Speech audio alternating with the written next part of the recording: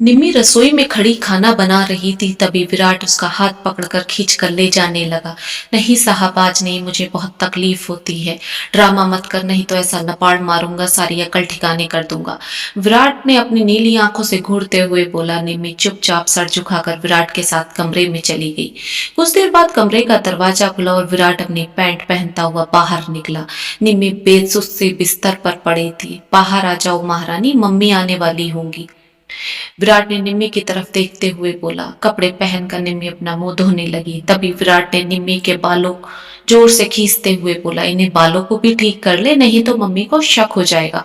Wash basin के शीशे में अपना चेहरा देखते हुए निम्मी सोच रही थी, कौन सी घड़ी इस नरक में आई थी, शायद कभी यहाँ से निकल भी पाऊं। निम्मी की दादी पिछले 25 साल से सरिता जी के घर खाना बनाती थी। सरिता जी अपना एक डांस क्लास चलाती थी। मैडम जी, मैं सोच रही थी मुझसे अब ज्यादा काम ना होता, मेरी पोती आ जाया करेगी अब रोटी बनाने। खाली टाइम में आपकी क्लास में थोड़ा बहुत डांस सीख लेगी।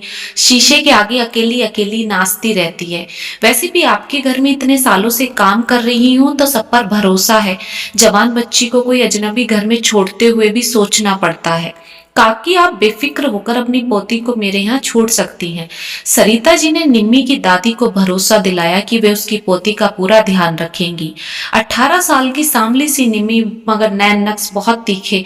सरिता जी के घर सरिता जी पहली ही बार निम्मी से बहुत प्रभावित हुई, क्योंकि निम्मी जरूरत की जगह ही बात करती, वरना अपने काम से काम रखती।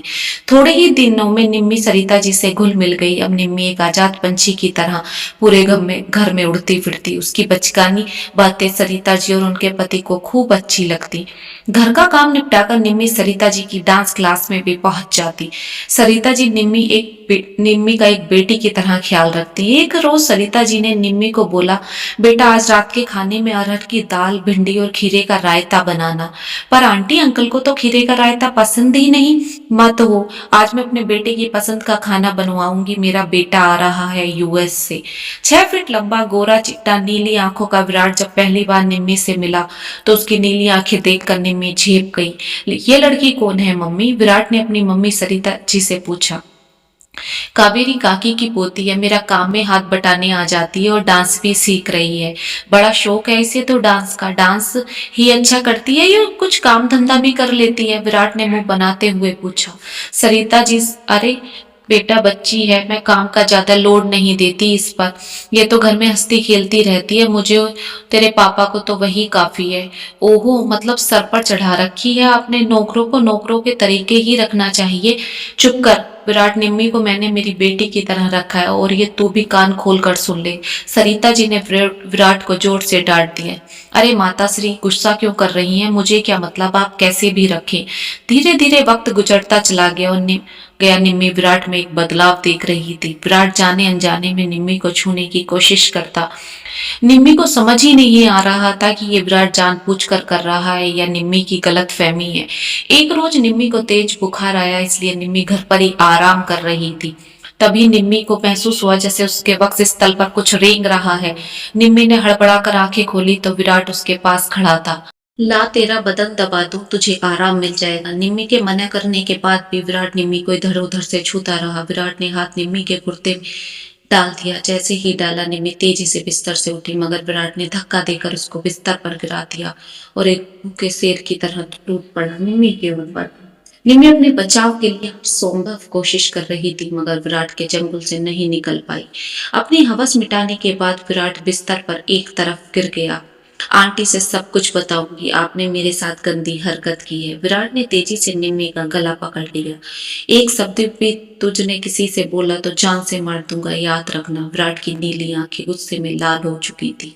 निम्मी डर के मारे कांप रही थी। अब विराट हर रोज निम्मी से अपनी हवस की भूख मिटाता और निम्मी किसी से कुछ ना कह पाती। एक रोज सरिता जी ने निम्मी को ध्यान से देखा। निम्मी बेटा, मुझे लगता है तेरी तबीयत ठीक नहीं है, चल तुझे डॉक्टर के दिखा के लाती। डॉक्टर की जांच के बाद जो रिपोर्ट आई उसे सुनकर सरिता जी के पैर तले जमीन खिसक गई, क्योंकि निम्मी 3 महीने की गर्भवती थी। निम्मी बेटा, सच सच बता, किसने किया ये सब तेरे साथ? तेरा चेहरा बता रहा है कि तेरे साथ जबरदस्ती हुई है। निम्मी ने सरिता जी को सब कुछ सच सच बता दिया। अब सरिता जी को निम्मी के साथ इंसाफ भी करना था। और अपने घर की इज्जत भी बचानी थी। इसलिए सरिता जी ने निम्मी को अपने घर की बहू बनाने का फैसला किया। विराट तैयार होकर मेरे साथ चला, आज तेरी शादी है। मगर किससे मम्मी? निम्मी से। आपका दिमाग खराब है? इस नौकरानी से मैं शादी करूंगा? अपनी हवस मिटाते हुए ना पता था तुझे ये एक नौकरानी है?